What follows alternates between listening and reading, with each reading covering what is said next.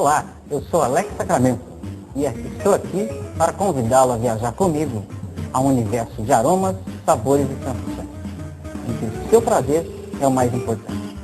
Sou sommelier há 4 anos em um dos melhores restaurantes da cidade de São Paulo.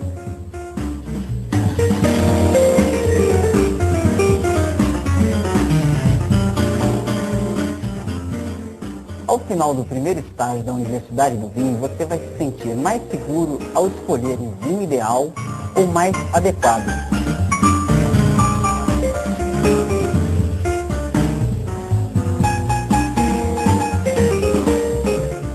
Vai conhecer um pouco sobre a história, as origens e tipos de vinho, bem como as variedades de uvas. Vai saber como avaliar se um vinho está devidamente conservado, como abrir corretamente uma garrafa, como degustar qual a melhor taça para que tipo de vinho. Enfim, você estará pronto para desfrutar os prazeres do mundo do vinho. Seja bem-vindo ao mundo do vinho, ao nosso primeiro estágio, o Vinho Sem Segredo.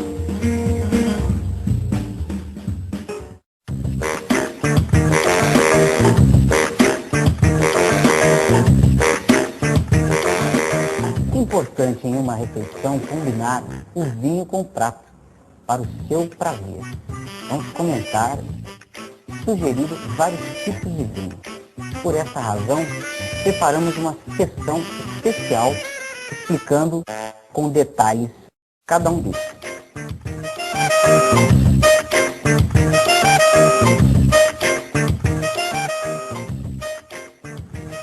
Nas massas em geral, ao contrário de alguns outros pratos, o que interfere na harmonização é o molho. Por exemplo, um espaguete se o molho for ao pesto ou bolonhesa, vai muito bem com merlot. Já se o molho for carbonara, o ideal é um prosecco. O mesmo espaguete com molho ao sugo vai bem com cabernet sauvignon.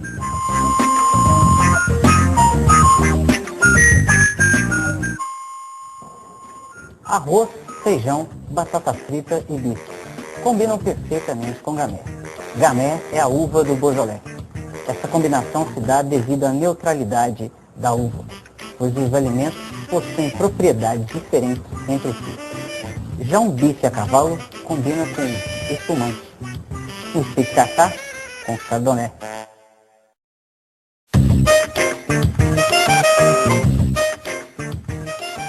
Para um churrasco, picanha com cabernet sauvignon, fraldinha com syrah, maminha com merlot, alcatra com tempranillo, linguiça com lambrusco. Todas as compatibilizações de churrasco levam em conta a gordura da carne, a textura das fibras e o sabor particular de cada uma delas.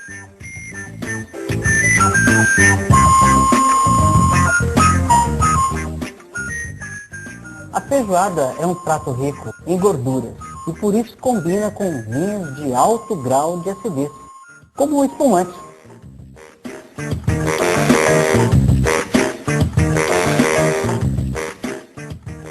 Geralmente os peixes são apreciados com vinho branco. Em um bacalhau, por exemplo, cujo sabor é mais forte que os demais, pede um vinho branco com as mesmas características. O chardonnay é uma boa pedida.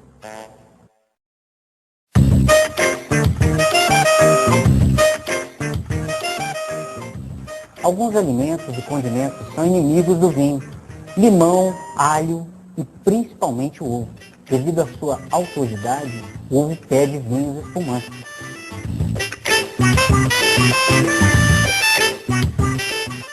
Muito cuidado com o queijo e o vinho. Talvez essa seja a mais difícil das compatibilizações. Nem sempre qualquer queijo combina com qualquer vinho. Uma combinação clássica é o porto ou espumante.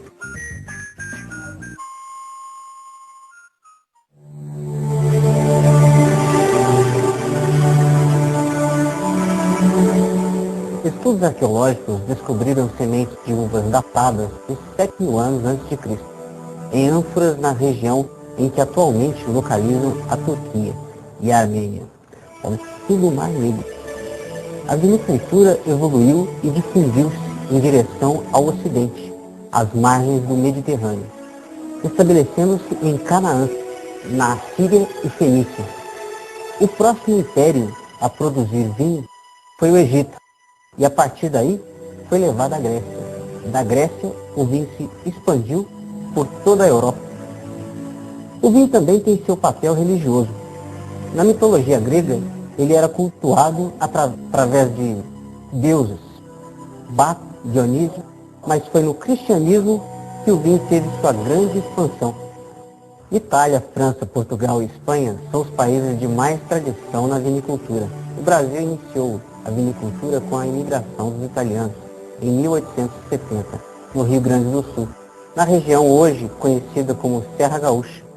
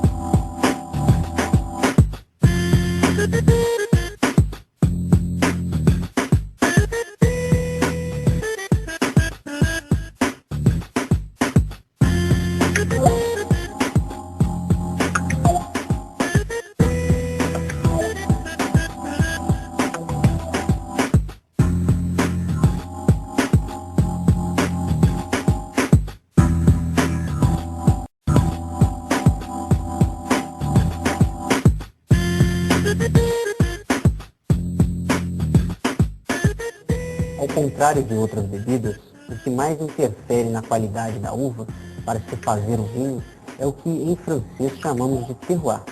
Terroir é o agrupamento dos seguintes fatores: tipo de terra, tipo de uva, propícia para a terra, vento lateral e o trabalho do homem.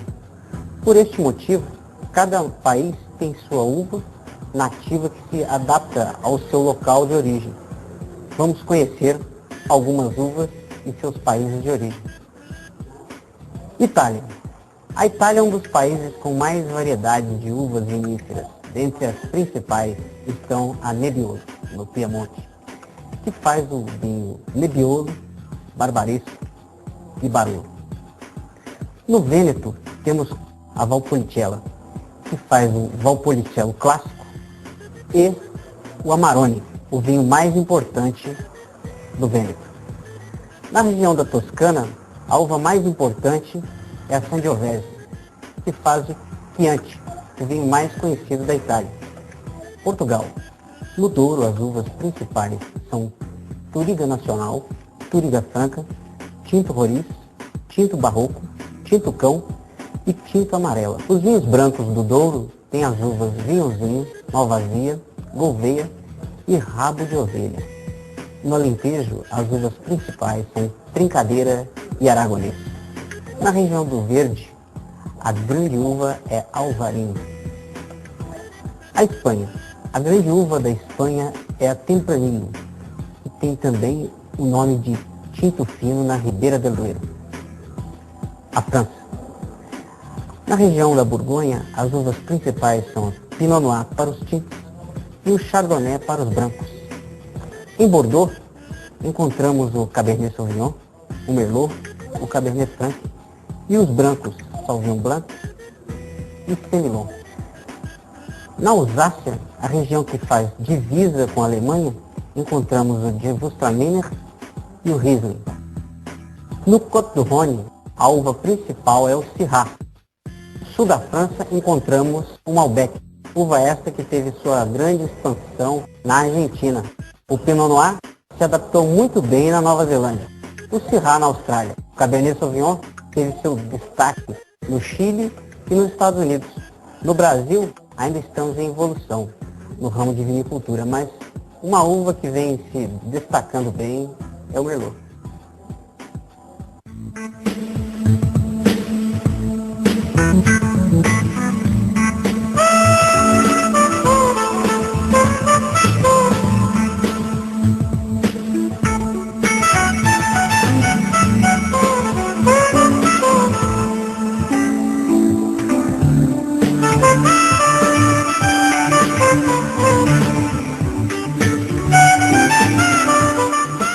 Existem três tipos de vinho: o de mesa, espumante e licoroso. O vinho de mesa é feito a partir da fermentação das leveduras da casca da uva, juntamente com o suco, transformando o açúcar da uva em álcool. Este vinho pode ser branco ou tinto. O vinho tinto é fermentado com as cascas, adquirindo assim sua coloração. O vinho branco é fermentado sem as cascas. Ao removê-las, também são retirados o engarce e a semente, principal concentração de tanino da uva. O tanino e a acidez são responsáveis pela longevidade do vinho, ou seja, sua validade. Portanto, de modo geral, o vinho tinto tem maior validade do que o branco.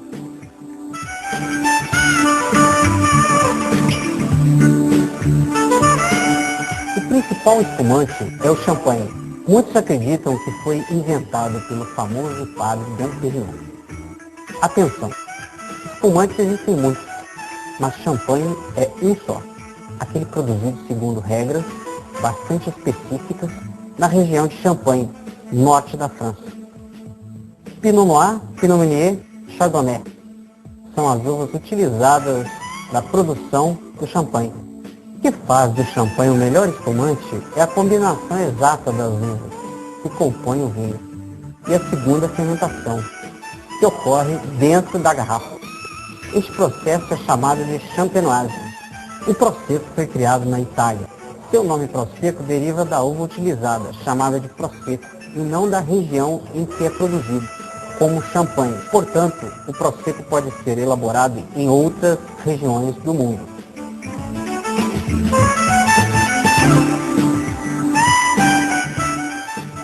O primeiro vinho licoroso do mundo, criado pelo homem, foi o vinho do Porto.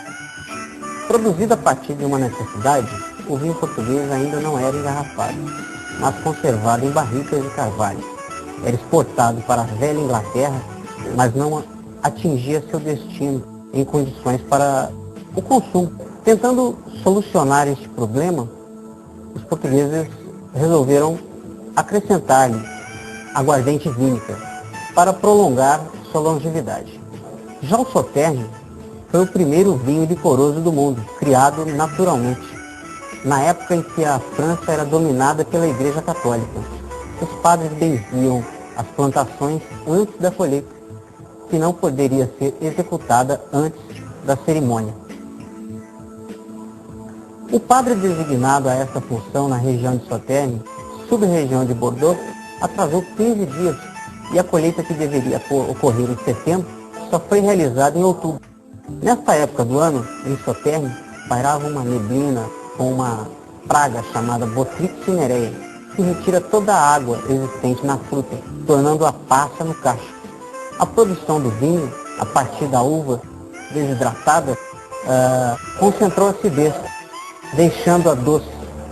Em outros lugares do mundo também é feito o vinho licoroso, dessa forma chamado de late harvest, que significa colheita tardia.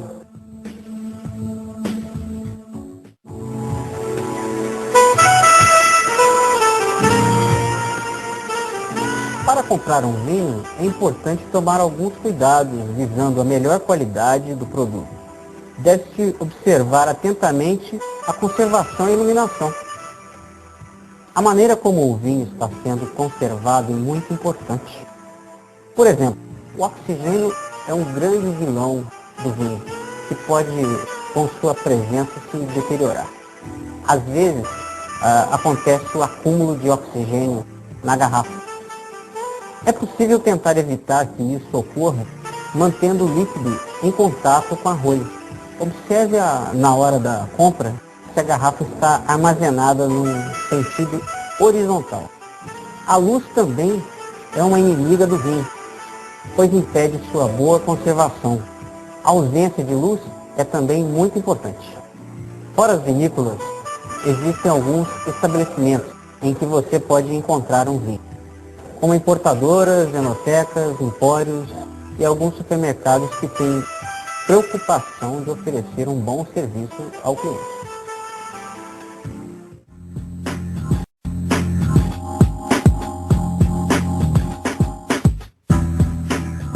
Outro item importante é a leitura do rótulo.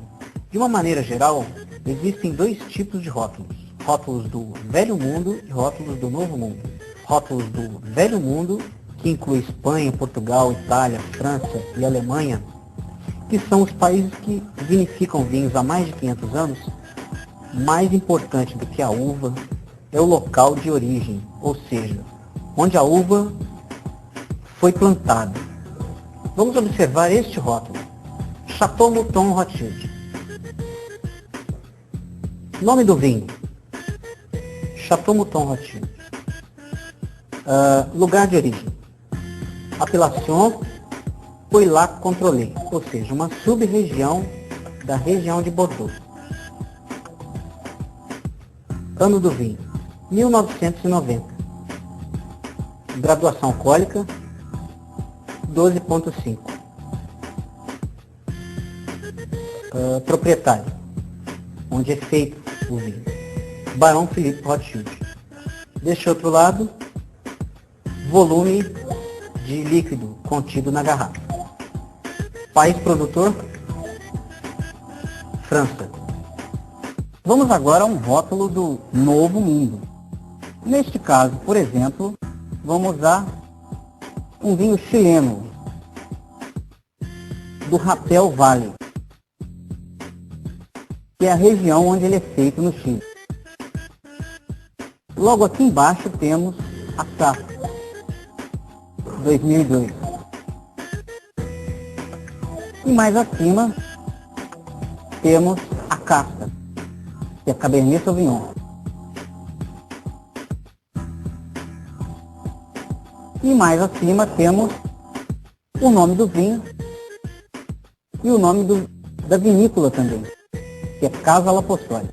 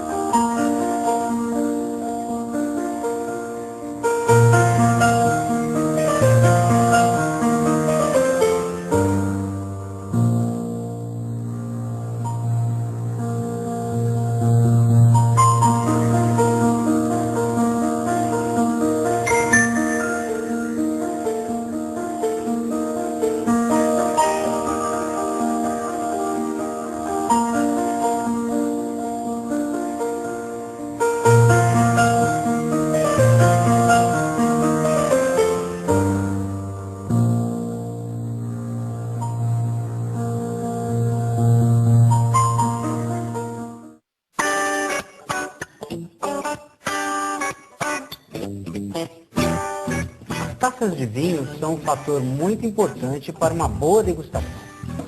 Elas existem em vários formatos, específicos para realçar os diferentes tipos de vinhos e uvas. Há algumas que servem para todos os propósitos. A mais adequada para esse fim deve ter um pé para segurar, para que você não tenha que colocar a mão quente ao redor do vinho, a menos que deseje aquecê-lo. Deve ser lisa, sem detalhes ou emblemas, de preferência ampla, para que o vinho respire, tendo assim o melhor aproveitamento da degustação. Para os espumantes, o ideal é a taça fruté. Com ela você pode visualizar a perlagem e a borbulha do espumante. Quanto mais numerosa é a perlagem, melhor o espumante. Para os vinhos licorosos, o ideal são taças menores.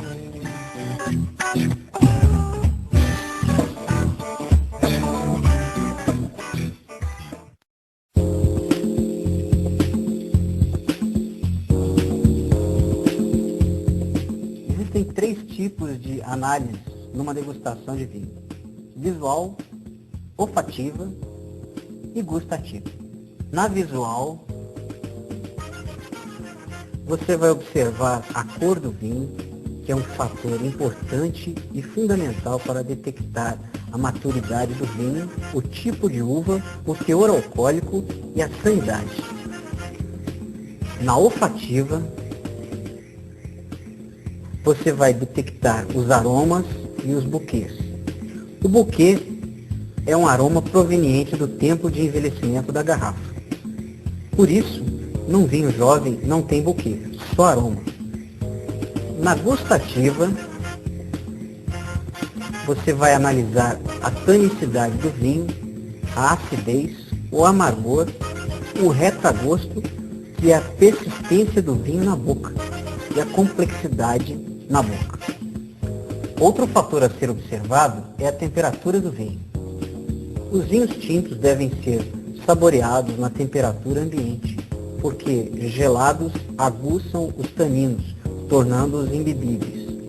Os vinhos brancos, por sua vez, devem ser saboreados gelados, pois realçam seu paladar devido ao alto grau de acidez.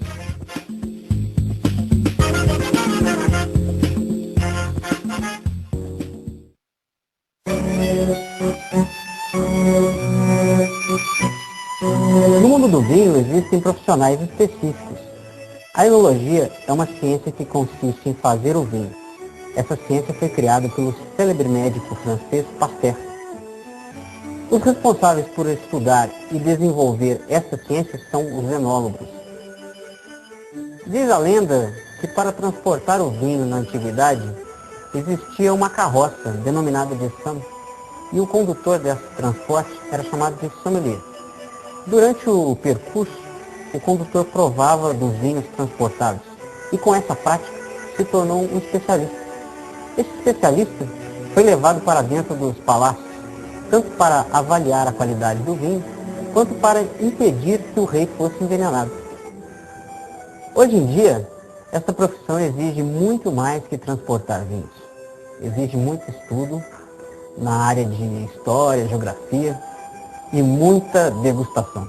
O sommelier hoje atua nos restaurantes elaborando as cartas de vinho, organizando a adega, indicando vinhos e compatibilizando o vinho com os pratos escolhidos. É recomendável nos restaurantes solicitar a ajuda do sommelier, pois o leque de opções é muito amplo.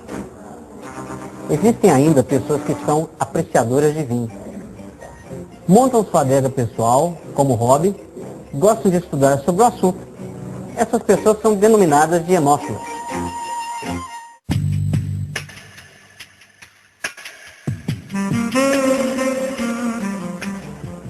E assim encerramos a nossa viagem ao fascinante mundo do vinho.